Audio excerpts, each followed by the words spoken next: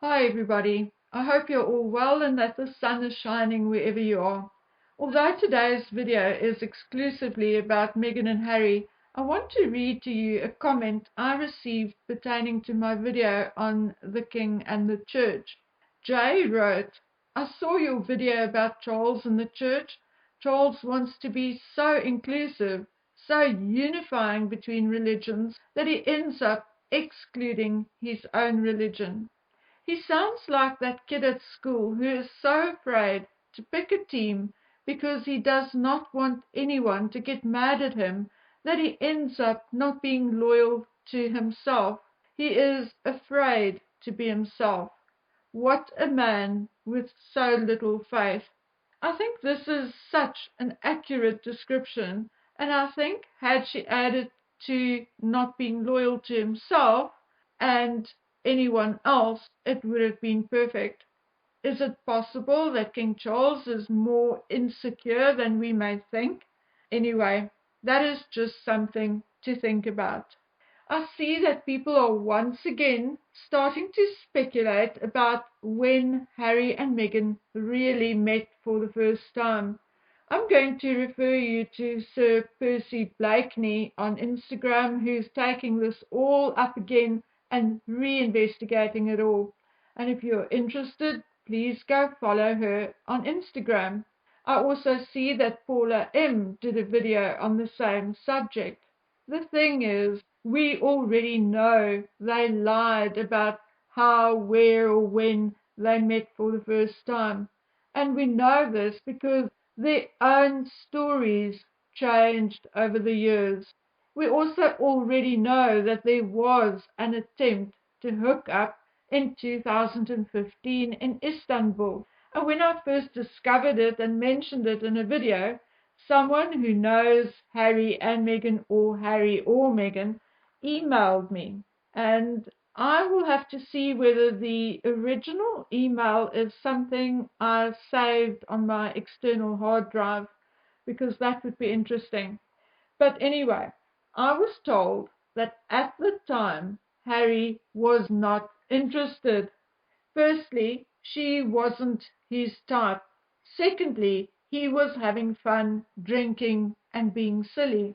I was told that Meghan hightailed it back to London after the failed attempt at securing a royal or A-list boyfriend. Where I think most of it got it wrong is that Eddie Redmayne was Meghan's target. No, he wasn't. I can promise you that. Eddie married Hannah Bagshaw in 2014, and Marcus Anderson was and is still friends with both Eddie and Hannah. And knowing what I know about Marcus, he does not shit in front of his own doorstep. It's a fact.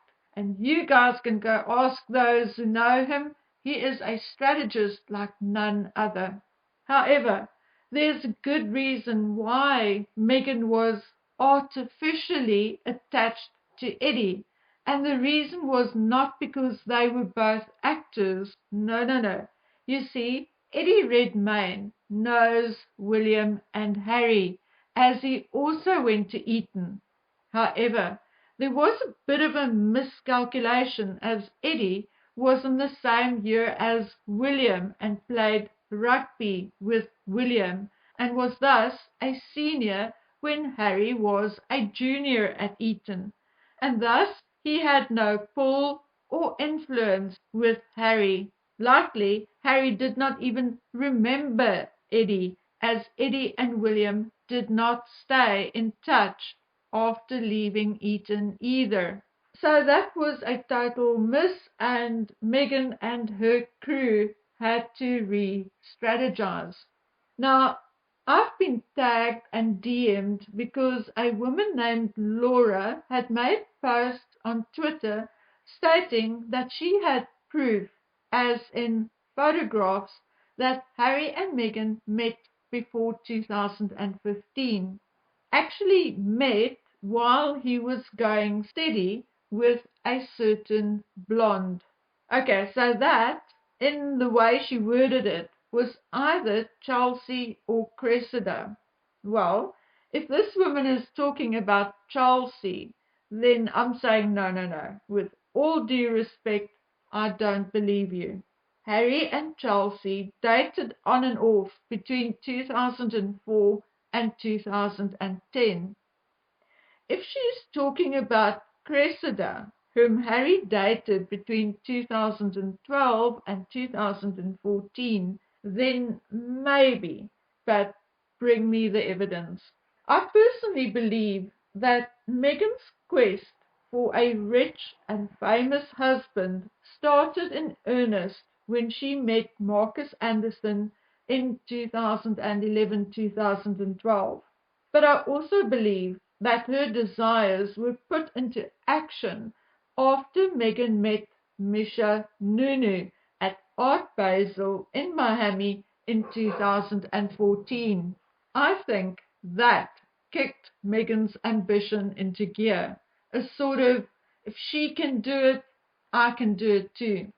I also think that that is where the idea of Harry as a target was born.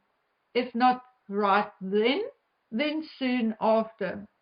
I do not believe in coincidences, so if you should tell me that it was an absolute coincidence that Meghan met Eugenie before she met Harry, that she met and worked with Violet von Westenholz, the daughter of one of Charles's best and closest friends and a good friend of Harry's, sucked up to Eddie Redmayne, who was at school with William and Harry.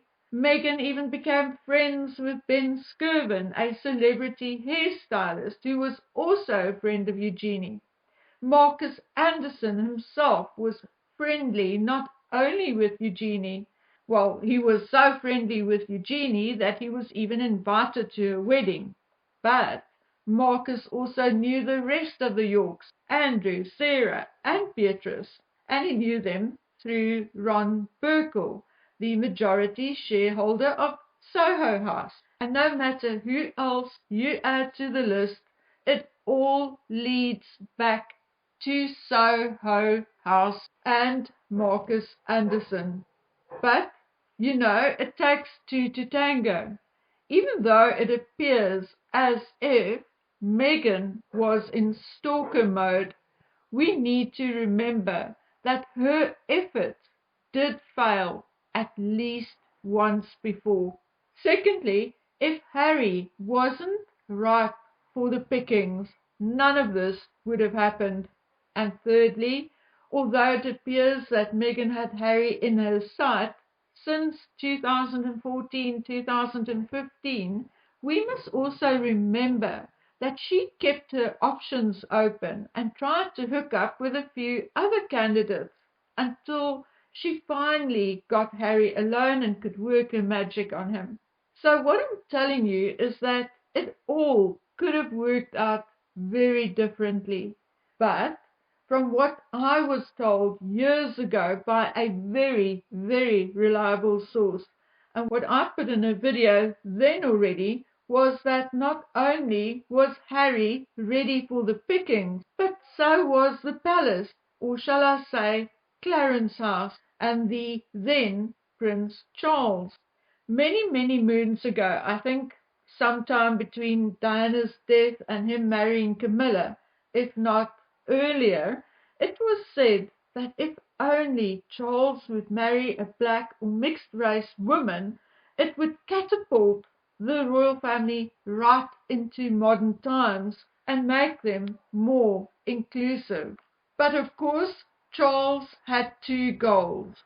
One, to produce heirs, and two, to spend as much time as he could with likely the only woman he could tolerate long term. William had a few flings, but mostly he kept coming back to Catherine, the commoner with the right sense of looks, style, and decorum. Her being a commoner already had benefits for the monarchy, so they were not going to fix something that wasn't broke. So I was told that Charles had a few discussions with his friends and confidants, whether those were serious discussions or mostly light-hearted discussions, I don't know. But I was told that Charles did let it slip to the likes of his close friend Baron Piers von Westenholz that it would be ideal if his son Harry could settle with a woman of color. Now, I told you this before, a long, long time ago, but I guess many of you were not subscribers at the time, so I'm going to repeat it.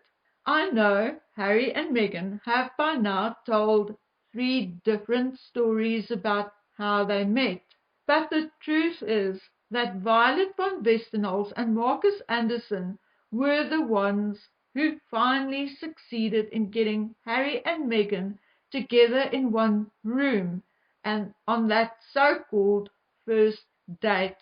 That much is true. And it is true regardless of whether Harry and Meghan had previously been at the same place at the same time. Now, Archie was born in May 2019, and in July 2019, Violet had a baby girl named Lyra. Now, guess who Lyra's father is? None other than Soho restaurant manager Archie Seymour. Like I said so many times before, I do not believe in coincidence. Was this all a setup? Of course it was, but it was a setup which was initially welcomed by the palace, and again, mostly by Charles. Of course, what neither he nor anyone else expected was that Meghan would work her magic so quickly and so effectively. So by the time she was checked out, background check and so on, it was already too late. She had her claws into Harry and was not going to let go. As we were taught at an early age, be careful what you wish for. And effectively, that is what happened. Violet and her maid friends gave Charles what he wished for, and it turned out to be their worst nightmare. It appears that all of a sudden it is again a thing to rehash Meghan's connections or possible connections with the likes of Weinstein and Epstein and other equally dubious but influential characters. And the fact remains, Meghan Markle was ambitious, hungry for fame and money. She was going to get it one way or another. Has she met Weinstein? Yes, they were both in the film industry. He was a big wig and she a wannabe. But then she also met and auditioned for other filmmakers and directors. Did she know Epstein? Well, if she did not meet him, she certainly knew about him or who he was, because they moved in the same circles or orbit. For example, Weinstein, Ron Burkle, the Clintons, etc. So when the question comes whether she met Andrew before she met Harry, the answer would be that it is very, very possible. Again, she met Eugenie, knew Marcus for a couple of years before meeting Harry, and Andrew, Sarah, and the girls were friends with Ron Burkle, Marcus. Sarah and the girls enjoyed visits to Soho House and was on occasion hosted by Ron Burkle himself, etc., etc. I personally think that is why Andrew always looked like he wanted to explode in Meghan's presence. He likely knew who and what she was before MI6 told the Queen and Charles. The issue with all of this is, what does it matter now? The damage is done. It is too late to rehash the past now. It is not going to change anything right now. The important thing now is that there needs to be an official separation between the monarchy and Harry and Meghan. A blatant, open, visible separation, and that can only be done by the following: removing Harry's titles, particularly the Duke of Sussex and the Earl of Dumbarton. Secondly, removing him and his children from the line of succession. Thirdly, removing him and his wife from the royal website. I cannot see how the king can oppose this any longer. As you may know, the king's own connections to Soho House and the likes of Burkle, Innenfall, and others linked to Soho House, Marcus Anderson, etc., is also now slowly coming out. I do not believe Charles was initially aware of who or what Meghan Markle was. And like I said, I think by the time they found out, it was already too late.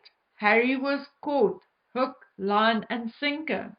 Although Charles may have had wishes, preferences, and hopes for Harry, I do not believe he would have chosen Meghan Markle specifically, or even someone like her. No, although I often speculate about the king's own agenda, there is no way on heaven or earth he would have wanted someone like Meghan who could or would overrule him and go in her own direction, taking Harry with her. No way. King Charles is and was always far too obstinate, entitled, and stubborn himself to have wanted someone as brass-necked as Meghan in the family. No, this was an idea gone wrong, very wrong. The perfect example of good intentions turning bad, very bad. It does not matter anymore how it happened. It's now a matter of how it can be solved. Okay, so this was a bit of old material rehashed, but sometimes it is good to do so and remind ourselves of where it all started, and for this to serve as a lesson to all of us to be careful, very careful out there. Okay, guys and girls, so that's it from me for now. I'll be back as soon as I can. We are again at level 6 load shedding, so it's very, very difficult to get these videos out to you. But luckily, I have a small portable generator, which, starting at level 6, we take out of the cupboard and we start it up. Okay. So, yes, I'll see you as soon as I can. Please take good care of yourselves. Bye.